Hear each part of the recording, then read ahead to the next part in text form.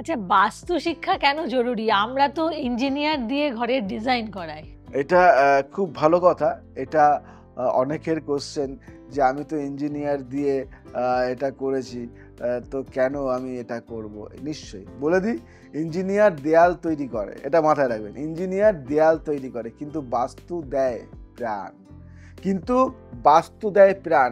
আপনার বাড়ি বা অফিসের শক্তি প্রবাহ যদি ভুল দিকে থাকে, তাহলে অর্থ, স্বাস্থ্য, সম্পর্ক সব নষ্ট হয়। আপনাদের একাডেমিতে মানে কি শেখানো হয় এগুলি? না, আমাদের একাডেমিতে শেখানো হয় কিভাবে শুধু একটি দিক পরিবর্তন করে জীবনের দিক পরিবর্তন সম্ভব।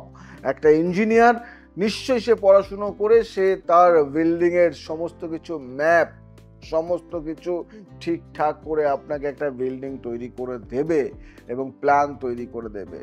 সে বলে দেবে কতটা পাথর লাগবে, সে বলে দেবে কতটা ইট লাগবে, সে বলে দেবে কতটা সিমেন্ট লাগবে, সে বলে দেবে কোন দিকে আপনার দেয়াল তুলবেন, সে বলে দেবে সব কিছু, অল এভরিথিং।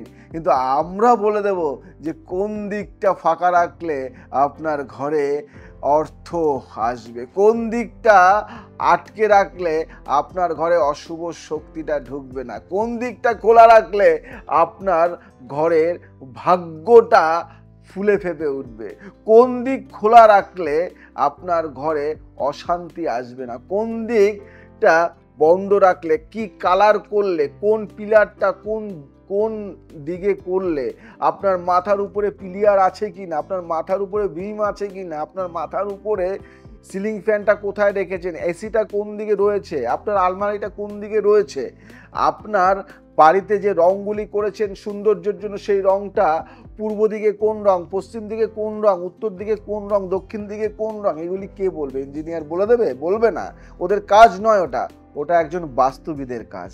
সেই বাস্তুবিদ বলে দেয়। তাই আমাদের একাডেমিতে শেখানো হয় এই জিনিসগুলি। তো যারা আসে শেখে তারা জানে যে কি পেয়েছে এখানে।